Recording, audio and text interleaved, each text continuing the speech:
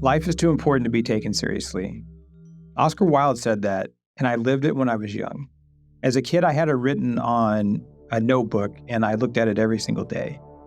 And I missed a lot of high school living that quote. But I also lived a lot during that time. And I think somewhere along the way, I lost this idea. I wanted adventure, to see the world, experience all these things I'd seen in movies or read in books. And so I enlisted in the Army right out of high school thinking, hey, this is a good way to go have an adventure. It's not a job and it's an adventure, right? That's what they say.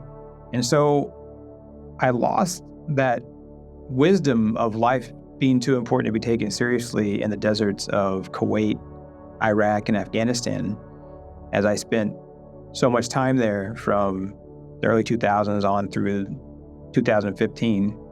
I became this driven thing that was working 100 hours a week, 7 days a week. And I was completely dedicated to my job. I was fully lost in it.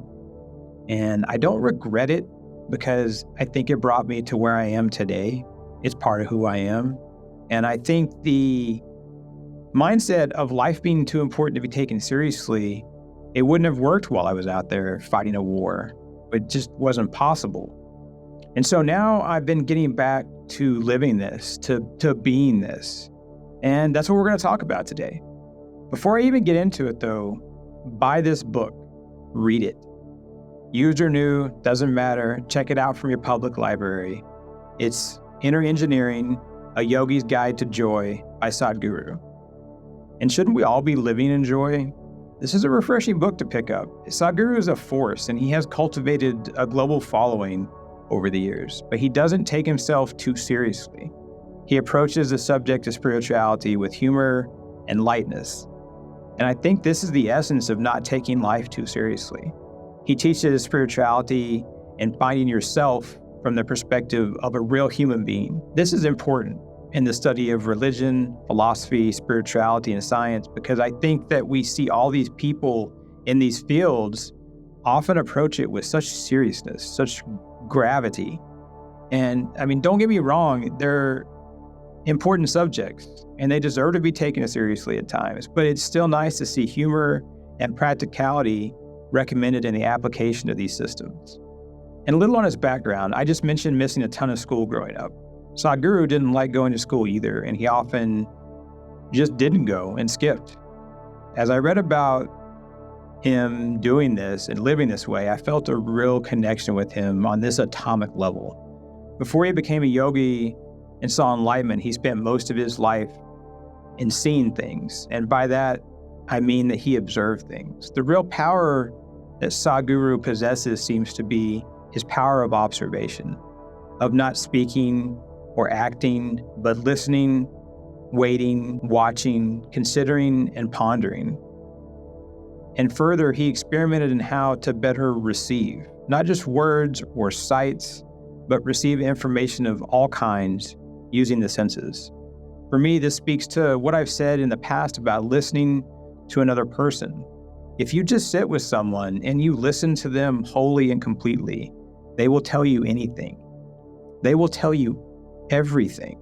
I don't mean that in a bad way. I mean, if you just sit down and talk to someone, really talk to them, and just sit there and listen to what they're saying, you can hear so much.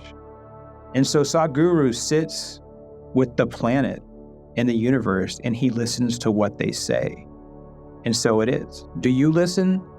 And if you do, what do you hear? Ponder that for a little bit. Think about that. A quick note on some controversy about Sadhguru. There are people in the larger general spiritual community who call Sadhguru a charlatan because he spends time with one percenters or hangs out at the UN.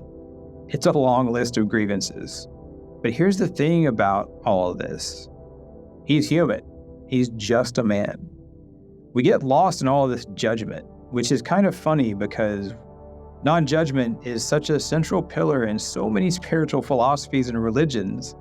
My take is this: if there are people who create things that help so many people, we may consider using that teaching to make the world a better place. And by making the world a better place, I mean making ourselves better. Life's simple. Spirituality is simple. Your spiritual path is simple. I think the best religious figures or spiritualists or self-help personalities or gurus or whatever you want to call any of them are the ones that simplify. They find a way to relate information to people in a manner that's essential and basic and useful. And Sadhguru does this well beyond that point of simplicity. He imparts knowledge as if he were explaining how to fill a pot with water. It's easy. It's something that anyone can relate to. And a lot of this book, a lot of this inner engineering is yoga. Sadhguru is a yogi, and this is the essence of what yoga is. The thing about yoga in the West is that it's often considered commercialized, and I think sometimes its true nature gets lost. The real hot yoga is deep in your soul. It's the hottest yoga that you will ever practice. And on one hand, it's been really awesome to see that yoga has been as widely adopted in the West. But you look at the other side, and many of us are only aware of a very surface level of the practice because it's not only a physical discipline. In fact, I would say it's actually mostly not a physical discipline. It's a deeply spiritual practice. And when I first started this book, I was kind of like, how is he gonna explain yoga in a book? And I was truly ignorant on the subject, but that probably made this journey through inner engineering even richer for me. But that's because I'm still filling myself up. I'm ignorant, and that's okay. It's okay to go out there and learn, explore, and gain wisdom. Several yoga practitioners I've personally talked to and discussed this with have started yoga for the physical aspect and the exercise, but then they have become immersed in this spiritual aspect of the practice.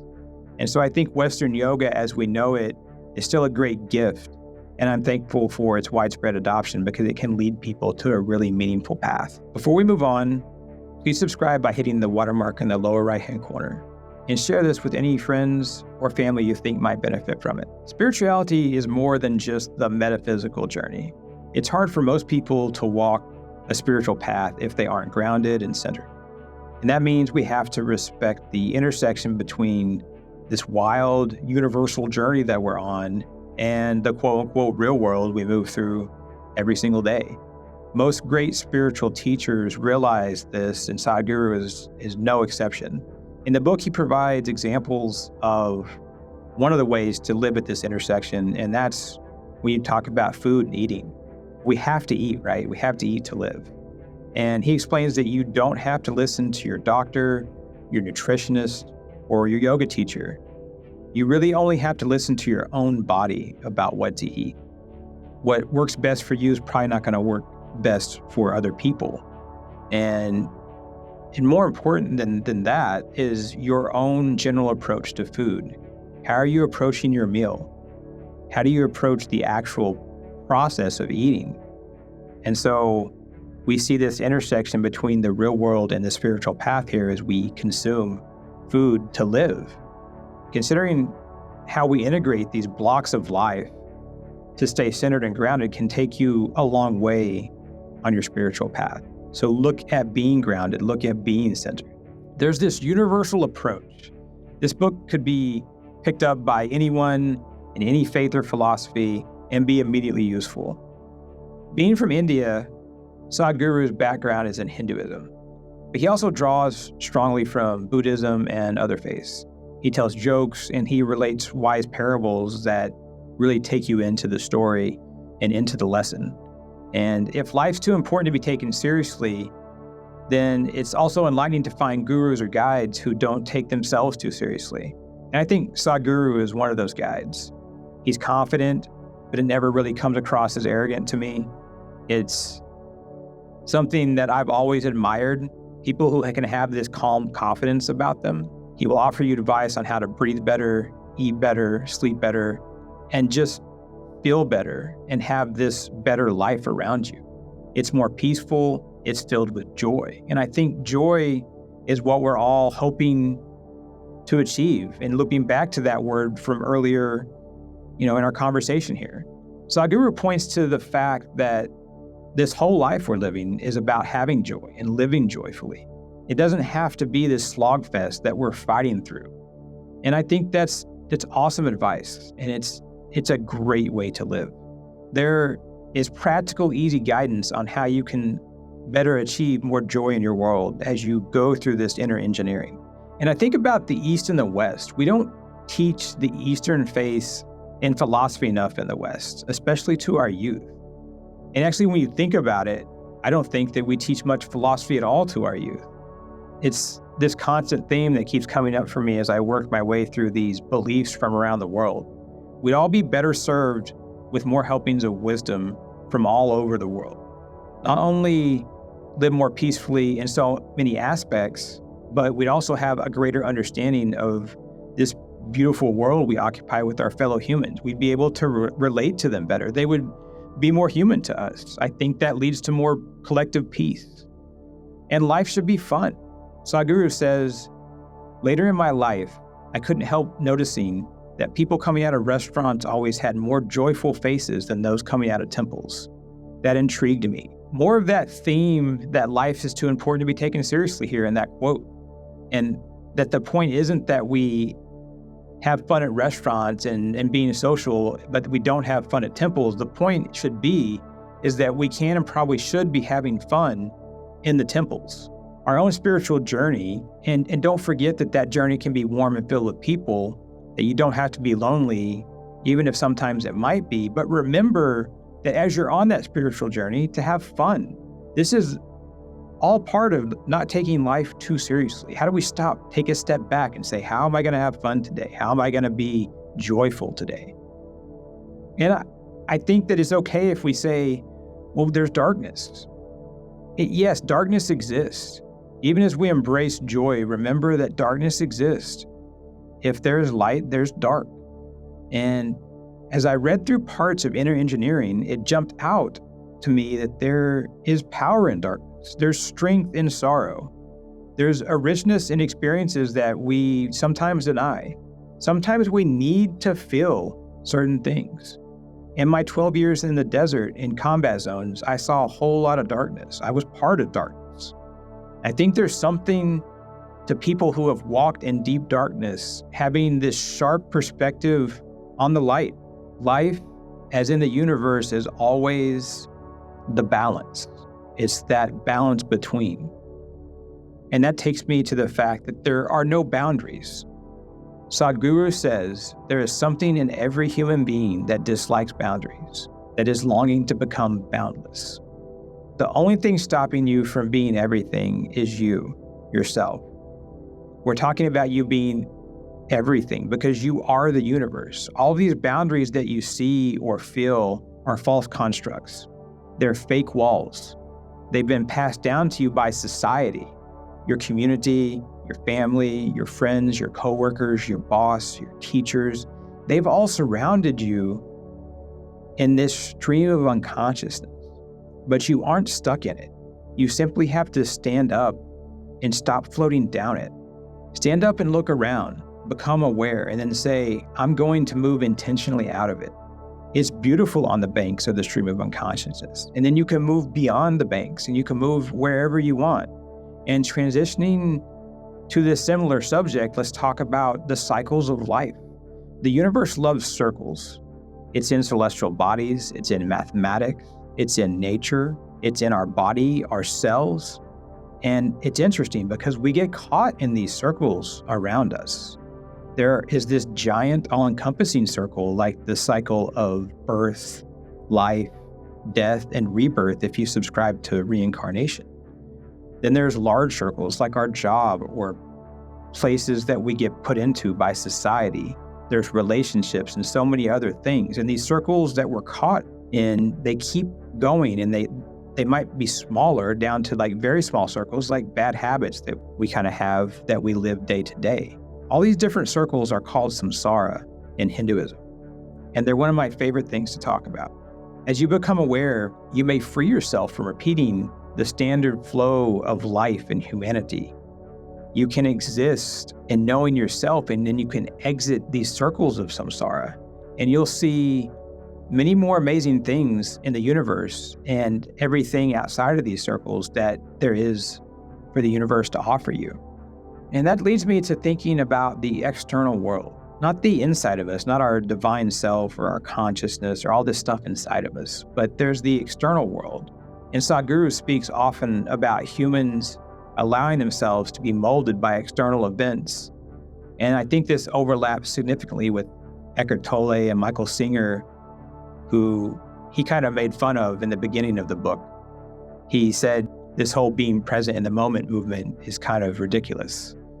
But then throughout the book, Sadhguru kind of hits all around these similar teachings, and I think that's okay. It simply shows different ways to teach and really highlights the perspective of how we approach things differently based on who we're listening to and what kind of perspective we're coming from. And I don't want to miss the point here. It goes back to the title of this book, which is Inner Engineering. Whether it's Sadhguru, Eckhart Tolle, Michael Singer, or Gautama Buddha, we have to look inside of ourselves, because how we see the world, how we exist in the world, is predicated on what we know or don't know inside of ourselves. The more you know inside, the less external things impact you. Really think about that. And suddenly you start to see things so much more clearly. One of my favorite quotes from this work is, "Your joy, your misery, your love, your agony, your bliss lie in your hands. There is a way out, and the way out is in. It is by turning inward that we can truly create a world of love, light, and laughter." This book could be a doorway to that. Let us make it happen. I think personally, reading that quote, you could search far and wide. You could read so many books, talk to many spiritual teachers, and you would be hard-pressed to find more straightforward wisdom that can light your own path. There's work ahead of us. There's questions to be asked. There's answers to be found. But most of it is within us. Don't ever forget that. There's so much more I could talk about in this book. It's deep, it's rich, and it's real. Have you read it? What did you think of our discussion about it? What are your main takeaways from our discussion? Will you change anything in your life after experiencing some of Sadhguru's teachings? Let me know in the comments down below. I will absolutely respond to you.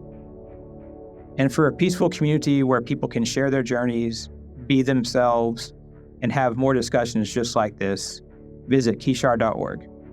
And please like this video if you want us to keep making content just like this. And until next time, I wish you peace on your journey.